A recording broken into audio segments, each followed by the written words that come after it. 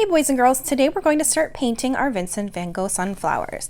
Let's first talk about the paintbrush, okay? You want to think of your paintbrush as a ballerina. She always stays on her tippy toes.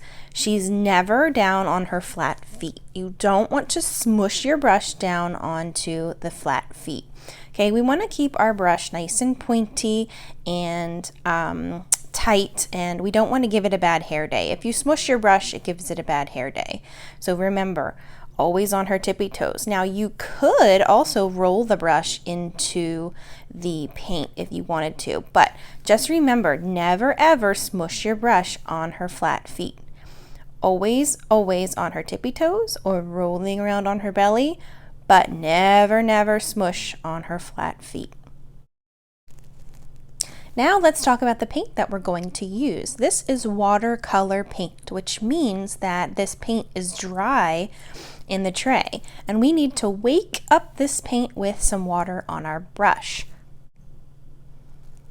So what I'm going to do is dip my brush into the water, get it nice and wet. And you never want to put a drippy brush right into the paint. Okay, you want to dip, wipe the extra water off on the edge of the bowl or the cup, and then swirl or swipe into the paint. So let's practice that again. Dip, wipe, swirl or swipe into the color. Okay. So now I'm going to actually start my painting, and I am looking for a color. Let's see, what color do I want to use? How about this really nice, bright, pretty yellow color? So I'm dipping, wiping, and then swirl and swipe into the color. Swirl, swirl, swirl, wipe, wipe, wipe, swipe, swipe, swipe. And now I'm just going to start painting right onto the paper with that wet paint. Now boys and girls, you can go right over top of the crayon on your paper. Okay, the paint and the crayon are going to push each other away. Crayons are made out of wax, so that means that when we use watery paint over top of the crayon, it's going to push it away. It's going to resist it. This is called a watercolor resist. When you resist something, it means you don't want it, you don't like it, you're pushing it away. So when I put the paint over top of this crayon, it's going to resist that paint.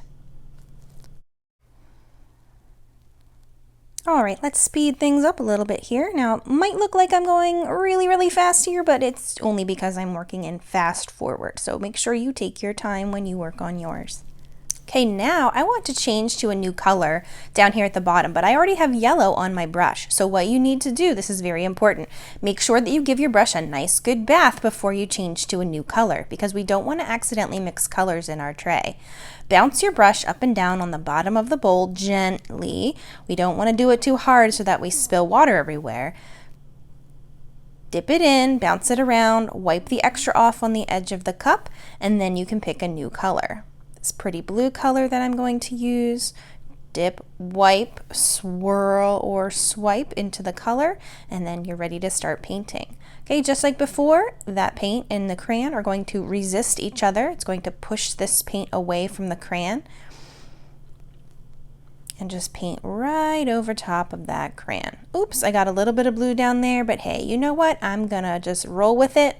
I'm okay with that. I can always cover it up later with another color.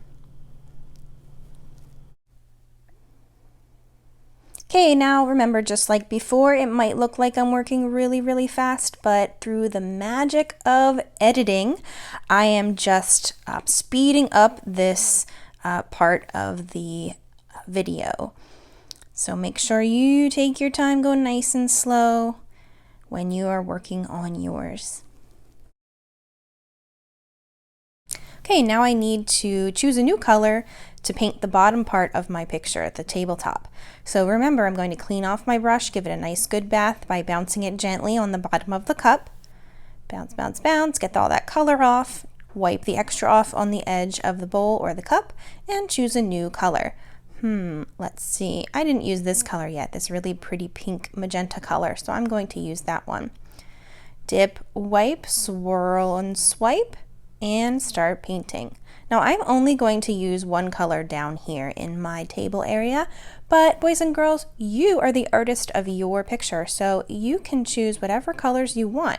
I'm only using one color just to make it nice and simple, but you can use many colors down here in your table area if you want. You can use whatever colors you want and as many colors as you want. But what I don't want you to do is use any black or brown. Black and brown tends to make pictures look really muddy, and we don't want our Vincent van Gogh sunflowers to look muddy. We want our Vincent van Gogh sunflowers to look bright and cheerful. Okay, I'm all done with my picture here, my beautiful artwork. Now let's talk about cleanup. Your mat and your painting go together on the drying rack.